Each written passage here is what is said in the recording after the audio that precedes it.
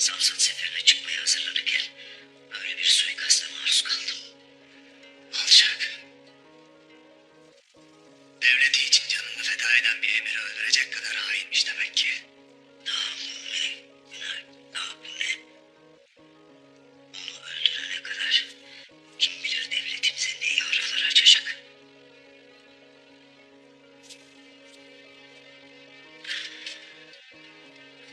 Günay, sefere çıkarken gözüm arkada kalmasın evladım.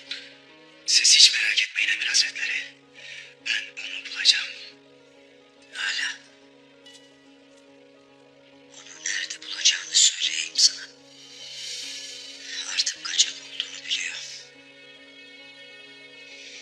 Evvela son bir kez helallik almak için obasına varacak. Sonra da beni öldürmek için yollara revan olacak.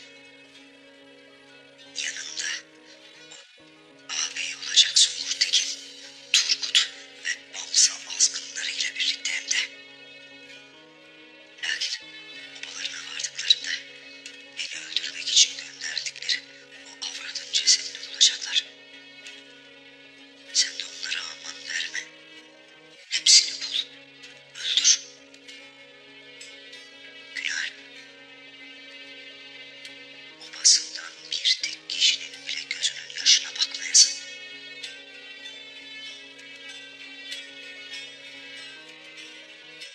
Yüreğini yapacağım. Hala. Emir Hazretleri. Ertuğrul Bey'in eline fırsat geçmişti. Beni niye öldürmedi? Bu soruyu düşünmekten aklımı yitireceğim.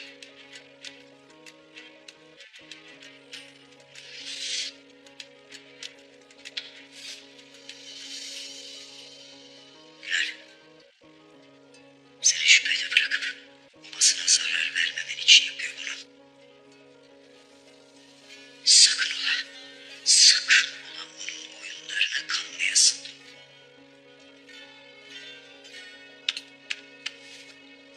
Şimdi git vazifeni yap.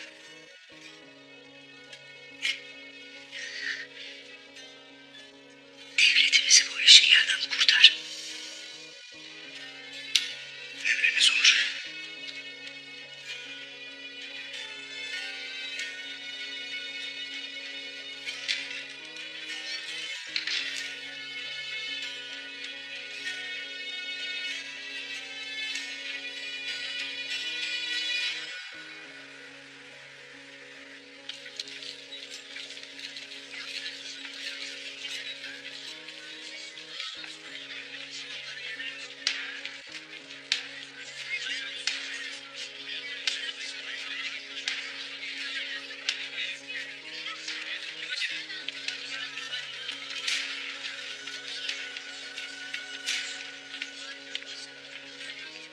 Hayırdır inşallah. Göster hayran vurmaz sana.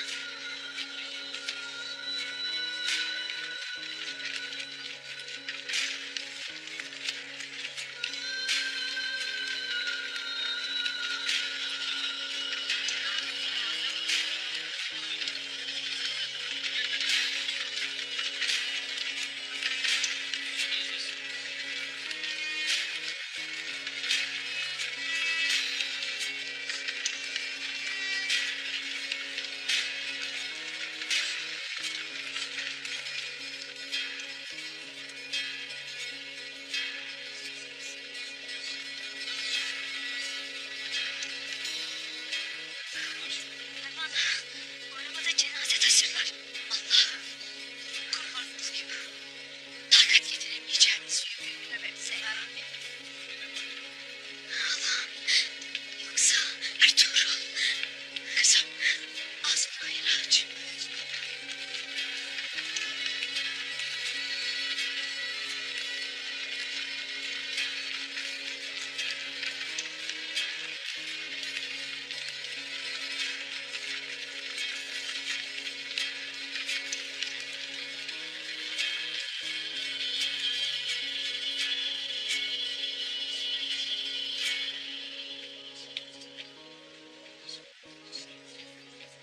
Öyle değilsin subaşı. Kimin cenazesidir bu? Emir Saadettin Hazretlerinin canına kastetmeye kalkan Aslan Hatun'udur. Sen ne diyorsun?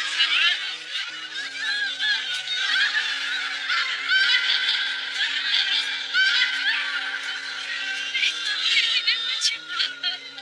Niye feda ettin kendini?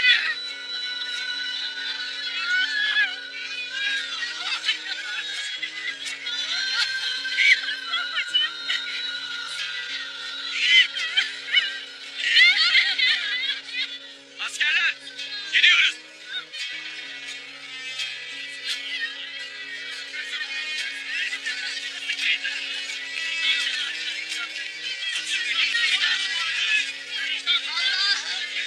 Allah'ım yaşasınlar o Saadettin köpeği. Bin mesutun yaşasın. Hatunumuzun naaşını alalım. Çekilin! Çekilin! Çekilin! Dokunmayın o yiğit hatunu. Gayrı o kayıların yiğit ve fedakar hatunu. Sizin gibi korkakların değil. Çekilin! Olmaz. Aslan Hatun'un naaşını tez otağa taşırsınız. Çekilesiniz. O bizim için kendini feda etmiş yiğit bir hatundur. Hatunlar olarak biz taşıyacağız. Hatunlar!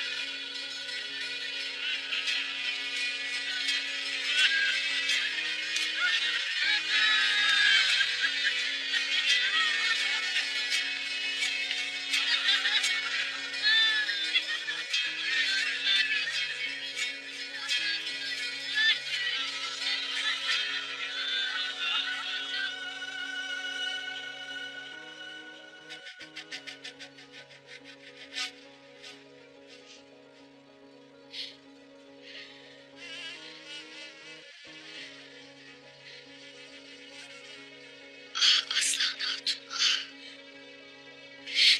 Ah benim yiğit bacım.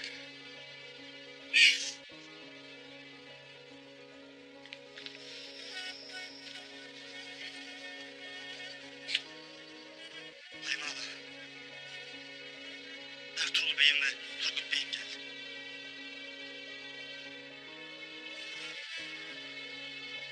Artu Bey. Turgut'un kaydımız.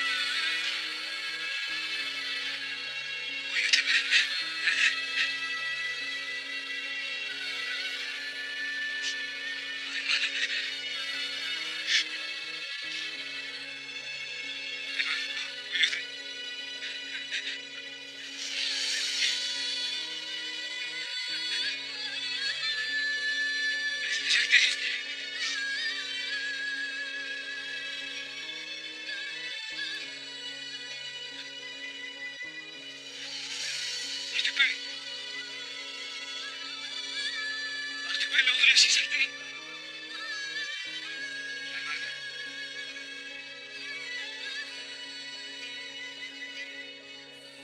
Uyanacaktın. Artık be.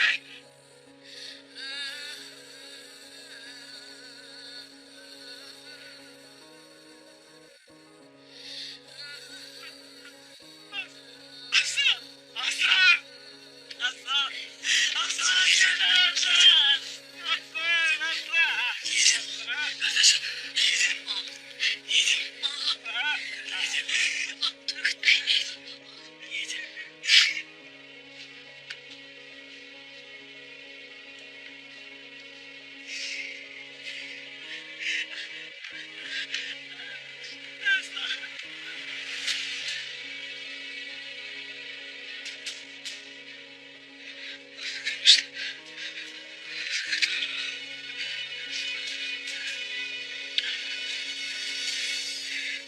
Kim yapmış bunu?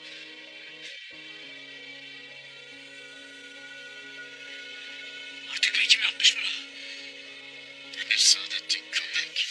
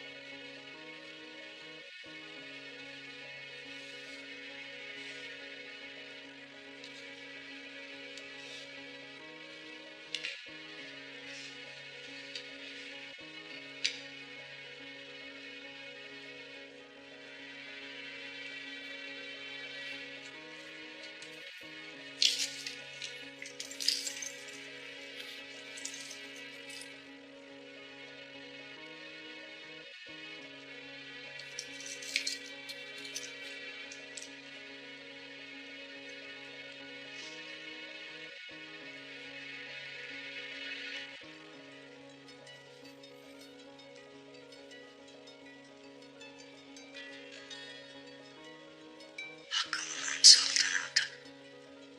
Alacağım ana. Gayrimeşru bir evlat gibi değil.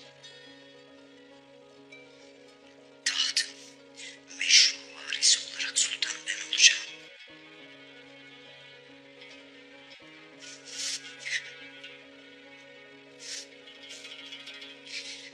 Babamın bize yaşattığı utancı sultan olarak ödeteceğim ana.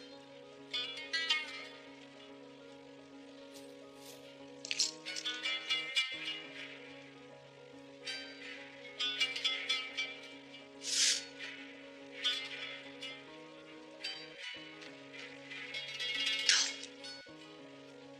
Gonca'yı bir sabah açılmış buldu.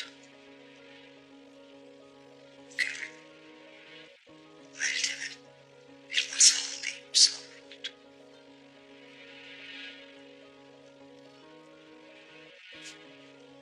Dünyada vefasızlığa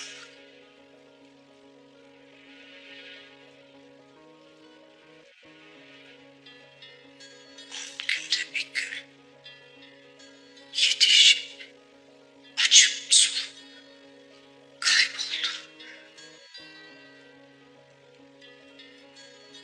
Sen acırken bana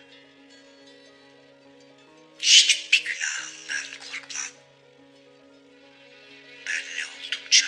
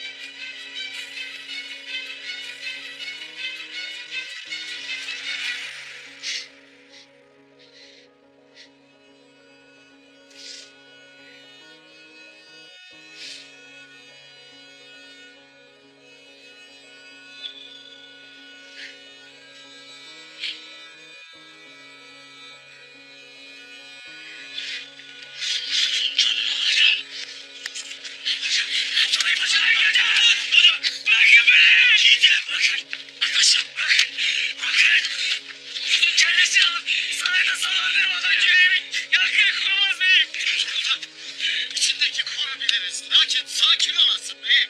Kardeşim kendine gelirsin hele. Hele Yiğit bacımızı toprağa verelim hele. Turgut kardeş. Turgut. Turgut. Kendine gel kardeşim. Kendine gel Yiğit'im. Kendine gel.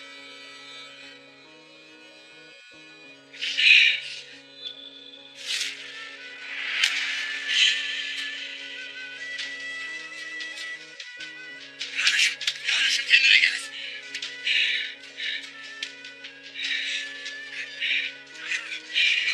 Bırak beni. Aklıma mı kaydı oğlum? Ben burada böyle duramam be.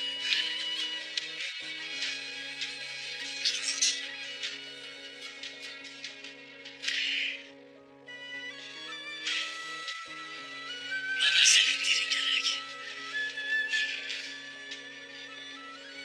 İntikamı senin dilin alacak Turgut. Seni o soysuzun ellerine teslim edemem. Gayrı sabır bize, intikam bize. Kahır da, acı da Saadettin köpeğidir.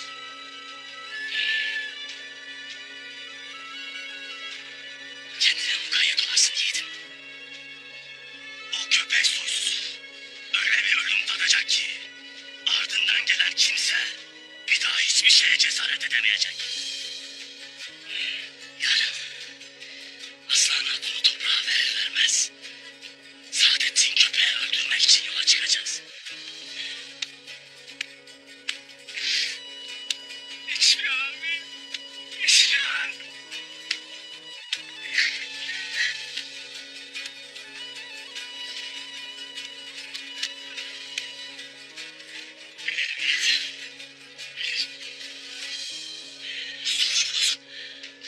Ağzından kan kursa hiç ölmeden. İçim sığmaz bir şeyim. İçim sığmaz. Göreceksin yiğidim. Göreceksin kardeşim. Aslan bacımın da köpeğin kanına girdiği tüm masumların da intikamını alacağız. Aslan Hatun'un da tüm masumların da üzerlerine andolsun yiğidim. Andolsun.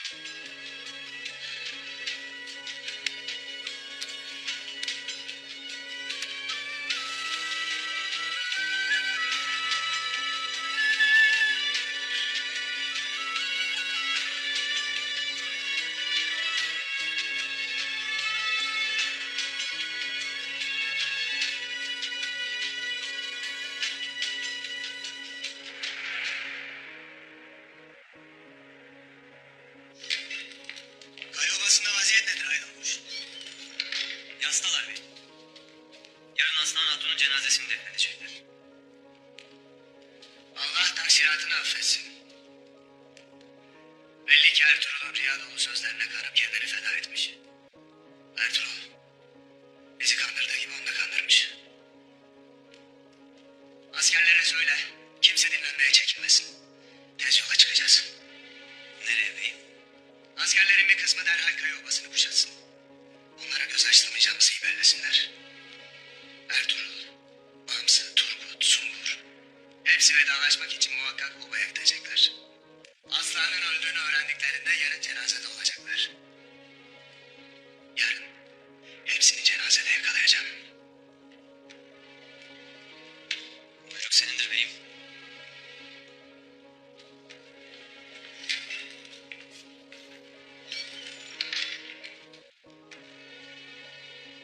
Andolsun ki devlete ihanet eden kim varsa hepsinin cezasını vereceğim.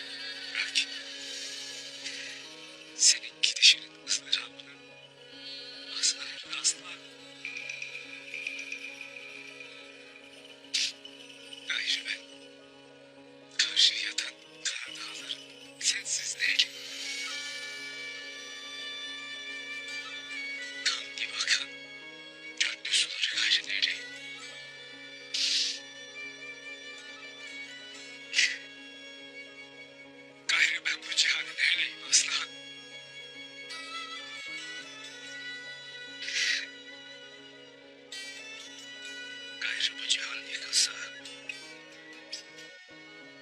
gam mıdır asa?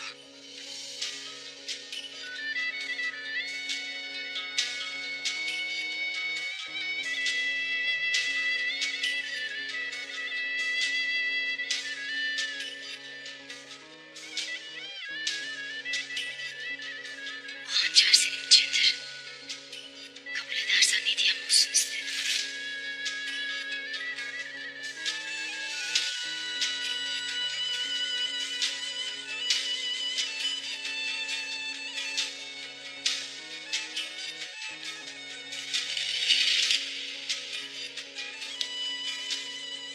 Bu hançer, ardımda dua eden müpeklerin umudunu hatırlatacak. And olsun ki o soysuzun sonu bana verdiğin o hançerle olacak.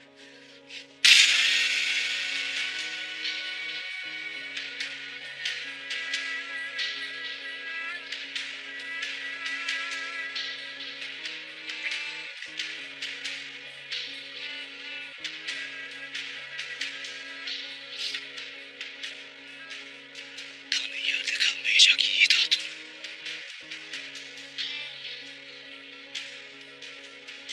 Kalmayacak.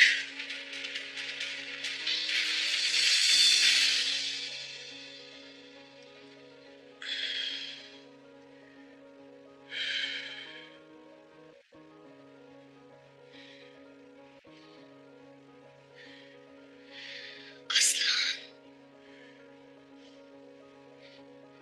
Ölümü yüreğime ok gibi işledi Ertuğrul. Emir Saadettin ne yaptı etti. Elini aslanın kanına buladı. Öyle ağrıma gider ki.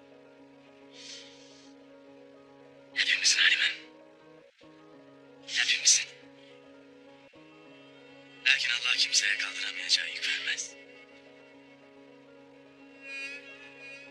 Bunun üstesinden de geleceğiz evelallah.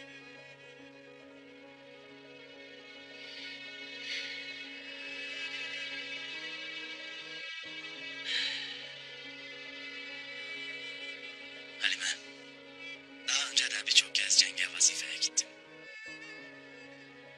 Lakin bu vazife diğerlerinden daha ağır, daha çetindir. Belki aylar, belki yıllar sürebilir. Belki yıllar sonra döneriz. Belki de ancak naaşımız dönecek. Allah korusun. Deme öyle Ertuğrul. Halime, ben bu otağın direğiysem, sen de bu otağın ocağısın. Savcım, gündüzüm,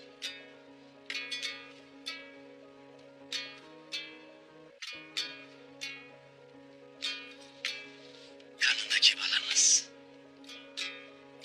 önce Allah'a, sonra sana emanettir.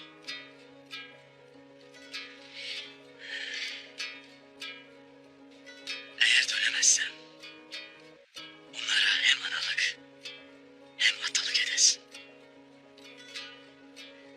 Anamın bizi yetiştirdiği gibi yetiştiresin. Onları benim yoluma revan edesin. Biz bugün ölsek de inşallah evlatlarım hem yurdumuzu hem devletimizi kurtaracaktır.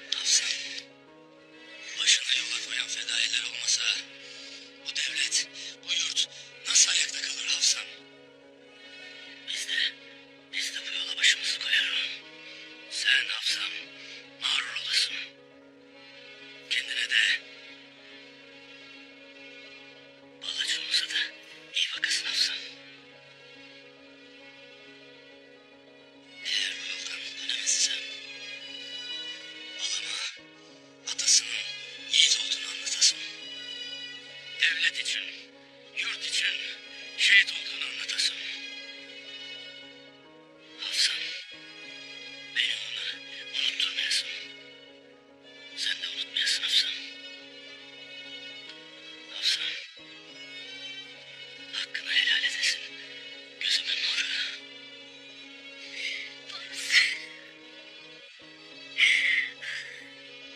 Helal olsun yiğidim.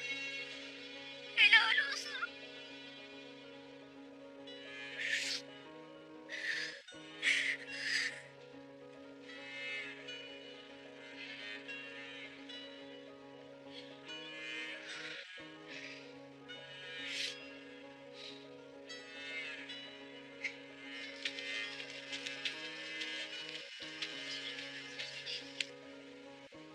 Bir ölüm, bir ayrılık hepimize ağır geldi.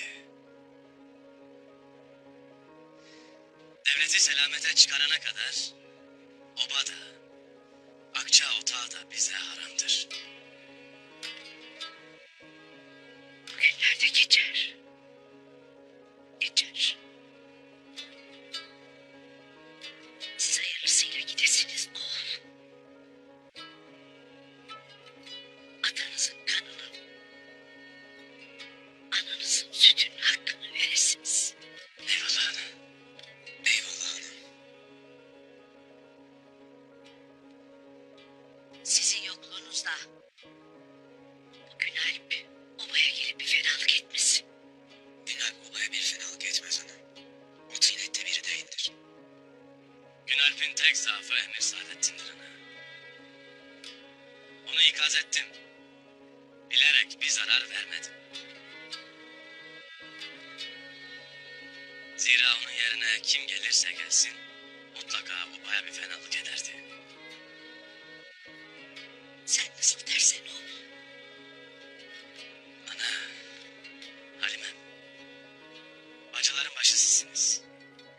Yarından itibaren bütün bacılar ne olur ne olmaz her şeye hazır beklesinler. Biz dönene değin, obamız diken üstünde olsun. Buyruk senindir oğul. Buyruk senindir beyim.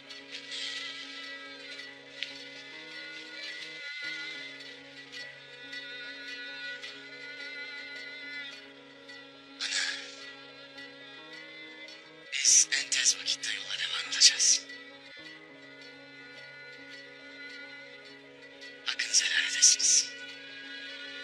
Helal olsun oğul.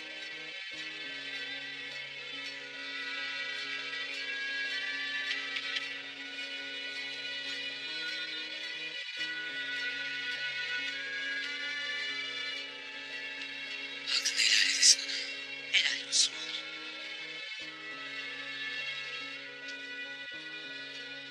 Helal olsun.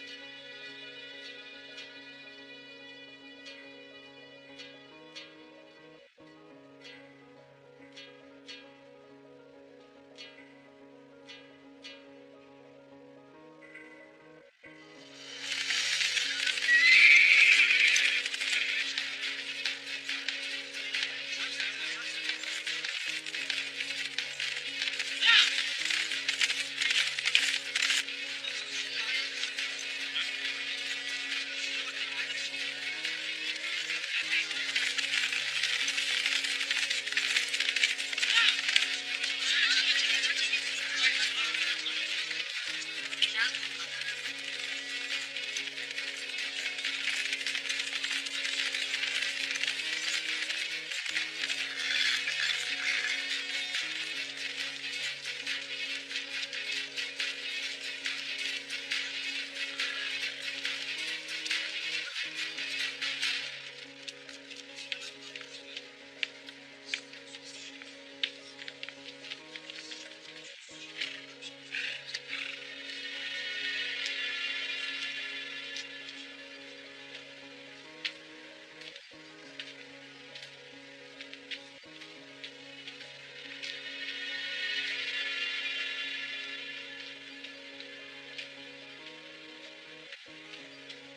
Ertuğrul Bey nerede?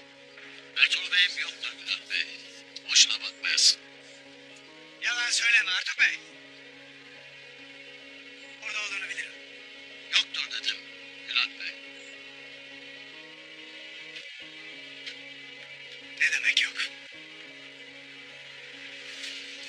Hatun'un öldüğünü işitmediler mi?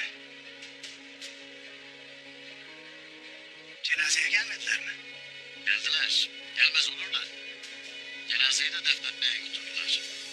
Nasıl götürdüler? Ertuğrul Bey'im, senin de, Emir'in Saadettin köpeğin de neler edeceğini bilmez mi sanırsın? Taziye yerine ve dahi mezarlığı basacak kadar gözünüz dönmüş sizin. Ertuğrul Bey'im de bunu bildiğinden cenazeyi defnetmeye başka yere götürdü. Günalp Bey.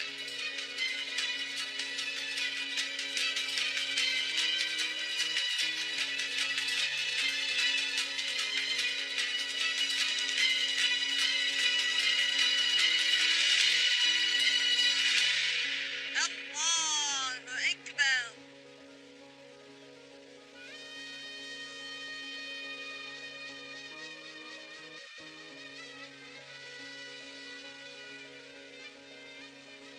Allahu Ekber.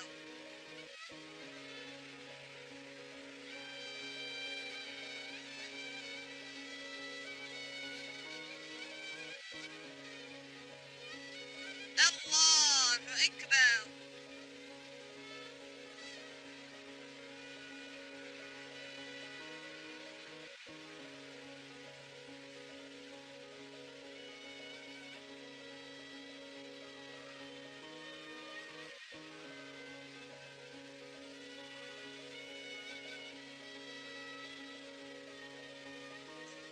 Allahu Ekber.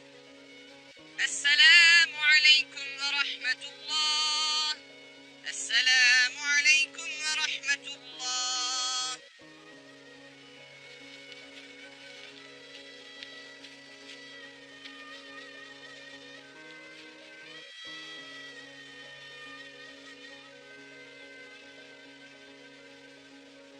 Ölüm, ölenlere bayramken kalanlara matemdir. Kederdir. Şimdi acımız derin. Kalbimiz mahzun. Lakin haddinden fazla keder ve kalır Allah'ı gücendirir.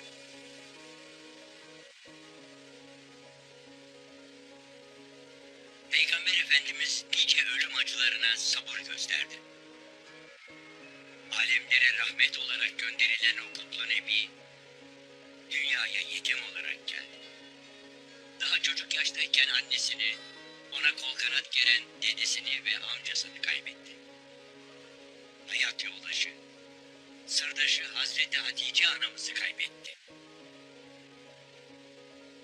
En büyük destekçisi olan amcası Hazreti Hamza'yı Uhud'da şehit verdi. Yavrularını kendi elleriyle toprağa gömdü. Onun şefkatli kalbi bu acılar karşısında çok mahzundu. Oğlu İbrahim'in vefatında gözyaşı dökerken ashabtan biri yanına geldi. Sen de mi ağlıyorsun ya Resulallah? Ağlamayı bize yasak etmemiş miydin diye sordu. Efendimiz ben ağlamayı değil, bağıra bağıra feryat etmeyi yasakladı. Zira kalp mahzun olur, gözlerden yaşlar dökülür buyurdu. O kutlu peygamber nice acılara sabır gösterdi. Lakin metanetiyle, davasına olan sadakatiyle yolundan asla dönmedi. Verenin de alanın da Allah olduğunu bilerek her türlü acıya göğüs gerdi. Şimdi bize düşen Peygamber Efendimiz'den feyiz almak, onun yaptığı gibi takdir-i ilahiye boyun eğmek, acımızı yüreğimize gömmektir. Bilirsiniz ki her gecenin ardında bir gün saklıdır. Biz sabır gösterirsek Allah yükümüzü hafifletir. Kalbimizi ferahlatır. Şimdi sizde hem bir tunç gibi dirayetli, hem de gürül gürül akan bir çağlayan gibi coşkun olursunuz. Olasınız ki düşman da hain de sizi zayıf düşmüş belleyip üzerinize gelme cüretinde bulunmasın.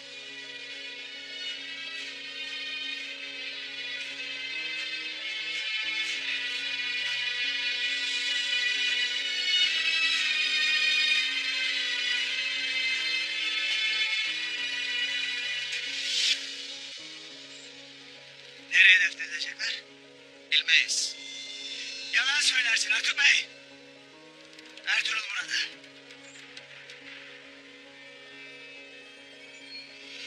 Sen ne hakla obamıza böyle destursuzca 4 nala girersin. Hele onu diyesin. Ben vazifem neyse onu yaparım. Bunun için de müsaade alacak değilim. Ertuğrul'u buluncaya kadar bu böyle. Şimdi otağı arayacağız.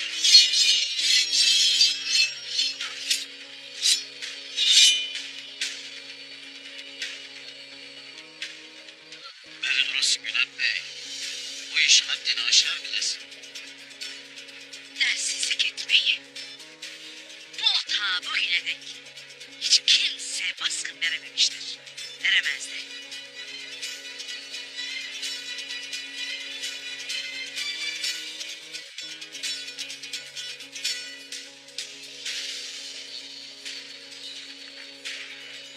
Ertuğrul Bey'in üstünde idam fermanı var. İşimizi zorlaştırmayın. Nereye sakladıysanız söyleyin. Günah Bey, Ertuğrul Bey korkak mıdır ki saklansın? Burada olsa evvela o meydana çıkar. Vuruşmak gerekirse vuruşur. İpe yürümek gerekirse aslanlar gibi ipe yürür. Bilmez gibi konuşursun. Ben vazifemi yaparım. Şimdi sizi son kez uyarım. Ne yaparsın Günah Bey? Yoksa anana babana yaptıkları gibi sen de bizi mi kılıçtan geçirirsin? He?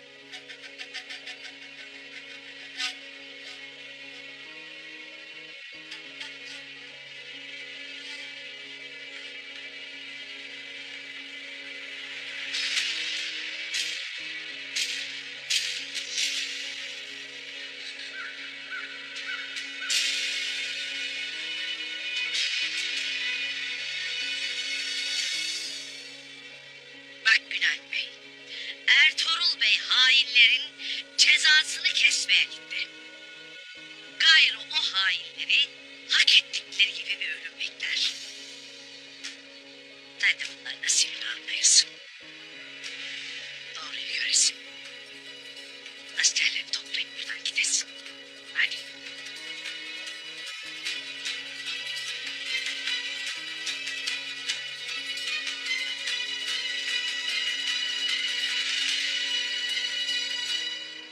Ne yapalım beyim?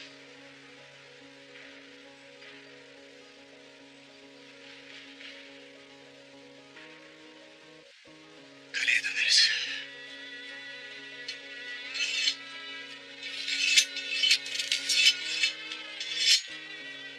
Ertuğrul Bey buraya gelirse, sizden ona bir haber giderse, bir kuş uçurur, bir rüzgar götürürse, ona deyin ki, yaptıklarının cezasını çekene kadar durmayacağım.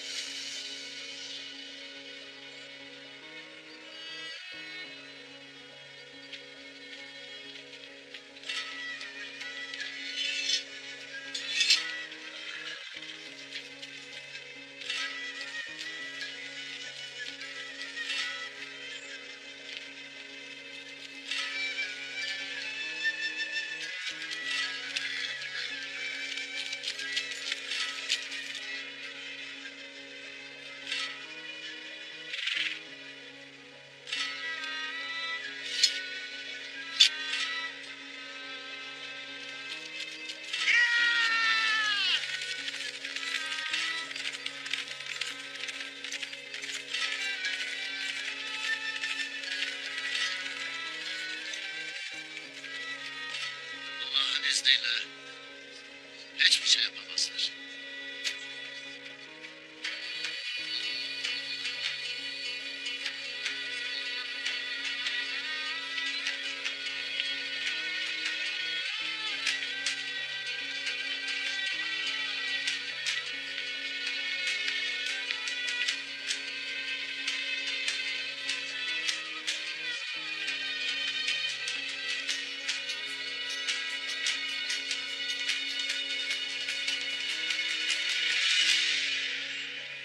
Selamünaleyküm Ertuğrul Bey. Böyle Aleykümselam. Seninle konuşacaklarım var. Beni hemen Ertuğrul Bey'e götür.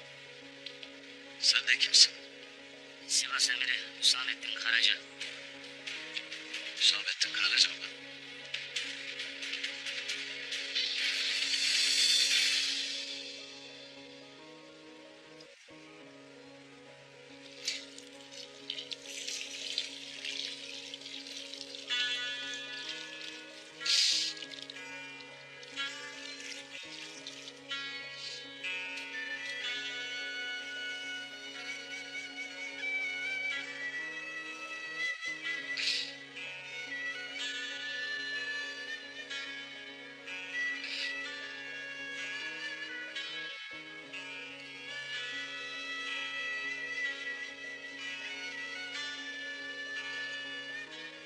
Aldı boynu aldı. Akça otağımda koyup da gitti. Dönünce sana toprak giydirmek mi nasip olacaktı?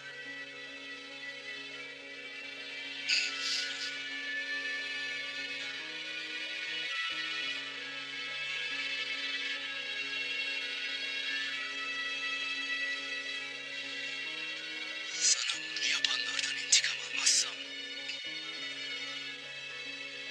bastığım toprak mezarım, yattığım döşek kefenim, bindiğim şahbaz atım tabutum olsun.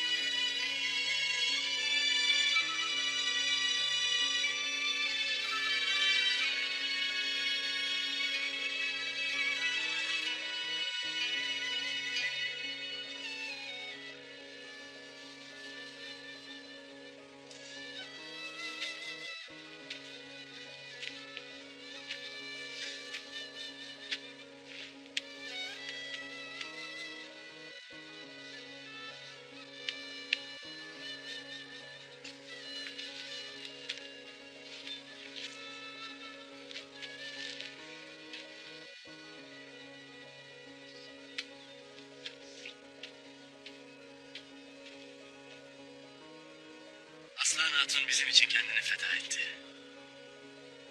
Onun yaptığı herkesin harcı değildir kardeşim. Sen Hatun'undan mağrur olasın. Onun intikamını hep beraber alacağız.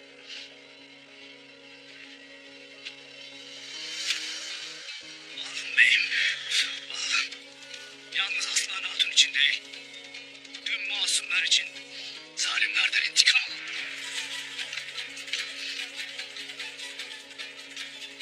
Aslan Hatun ve tüm mazlumlar için gök pusatlarımız hainlerin kanına bulanmadan kınına girmeyecek. Yurdumuzda tek bir hain kalmayana dek dişe diş, kana kan. İntikam! İntikam!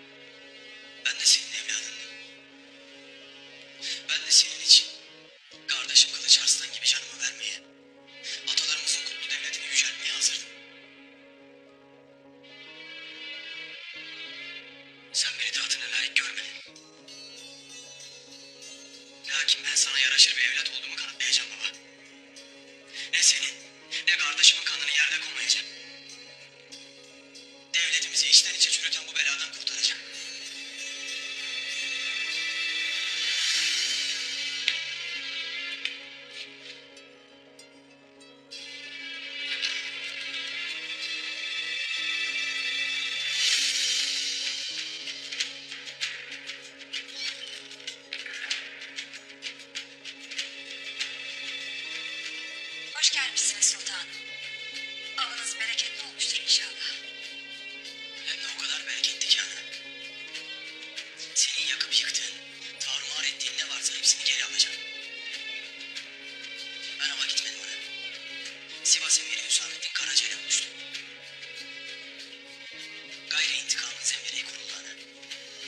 Yoksa Hüsamettin Karaca ile konuştum. Gerekli tedbirleri aldık. Hem de Ertuğrul Bey'in yanına varmış olmalıdır. inşallah her şeyi iyi düşünmüşsünüzdür sultanım. Ben devletim için, babamın ve atalarımın şerefi için gereğini yaptım ana. Sen babamı öldürüp, beni de Saadettin'in hizmetkarı kıldın. Hem de ya Saadettin, ya ben, ya devlet, ya oluk oluk kan. Bunun ötesi berisi yoktur. Gayrı bu yoldan dönüş de yoktur.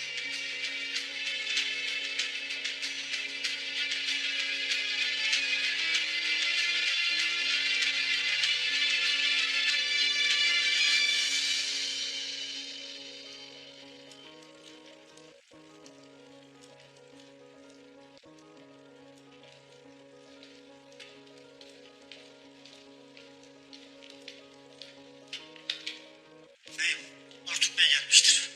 Yanında da biri vardır. Kimdir bilmem.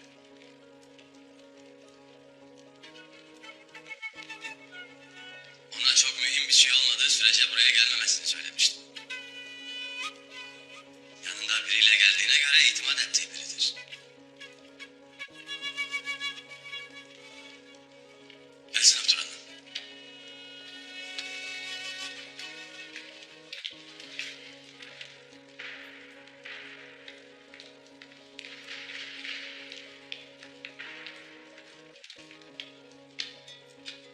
Selamünaleyküm Ertuğrul Bey. Aleykümselam.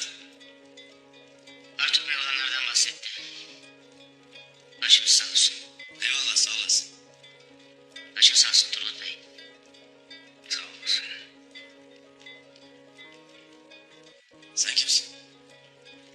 Ben Sivas Emiri Hüsamettin Karaca.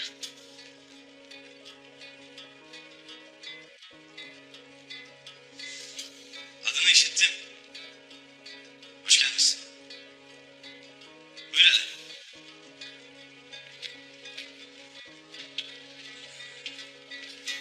Oturun yiğitler. Buraya kadar zahmet ettiğine göre mühim bir şey olsa gerek Hüsamettin Bey. Sultanımızın hususi buyruğuyla geldi. Sultanımızın buyruğu mu?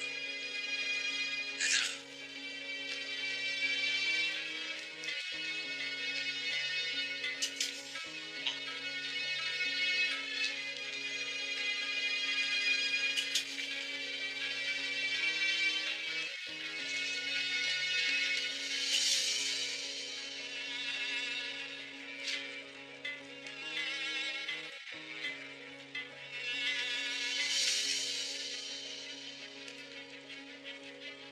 Emir Saadettin'in ölüm fermanıdır bu.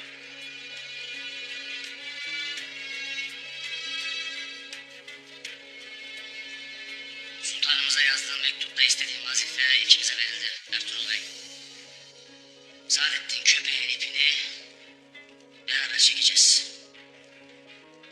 Sonunda sultan hayırlı olan kararı verdi demek. Saadettin köpek sultanımızın Abid seferini durdurup kendisi Samsat Kalesi'ne sefere çıktı. Sultanımız onu bilerek gönderdi sefere. Sefer dönüşü ona tuzak kuracağız.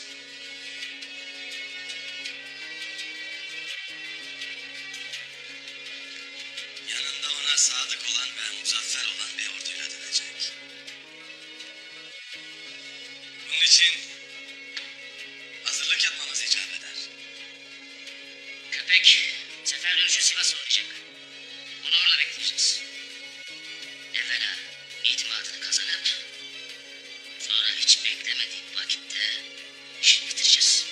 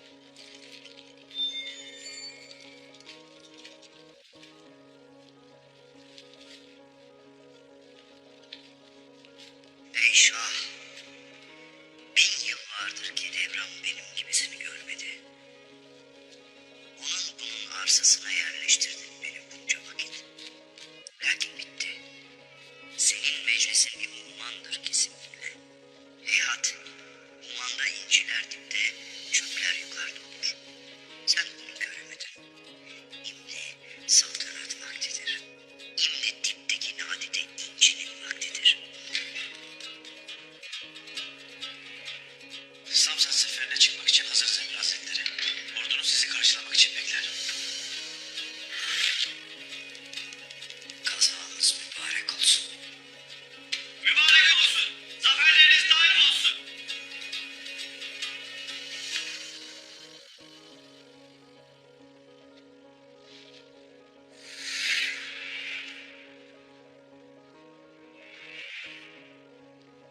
Eceline koş Saadet'in köpek. Eceline koş.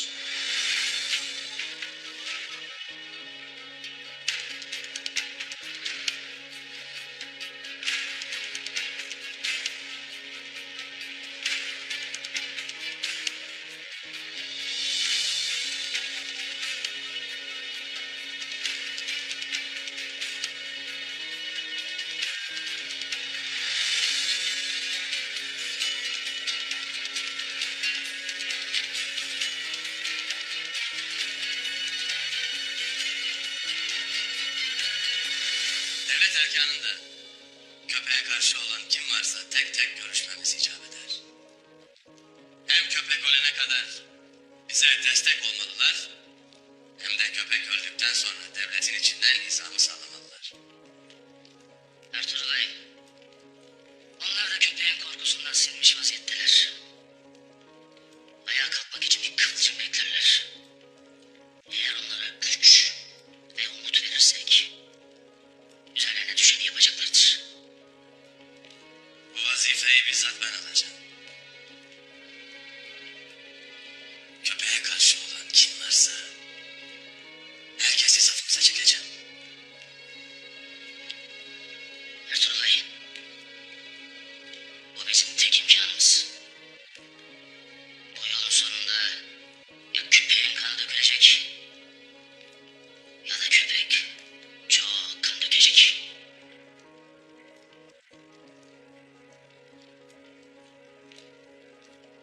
Haydi o vakit.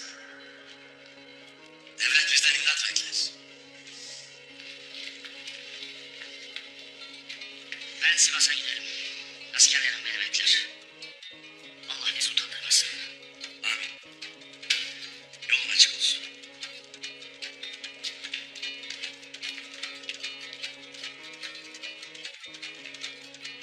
Gayrı zor, lakin kutlu bir yolculuğa çıkmaktayız. Yiğitlerim, alplerim. Gayrı zorlu, lakin sonu hayırlı bir vazife bizi bekler. Vakit, devletimize dişlerini geçirmiş yılanın kafasını koparma vaktidir. Bu görklü devleti kurtarmak yalnız bizim elimizdedir. Gayemiz de, sözümüz de tektir. Devletin bekası, yurdumuzun selameti için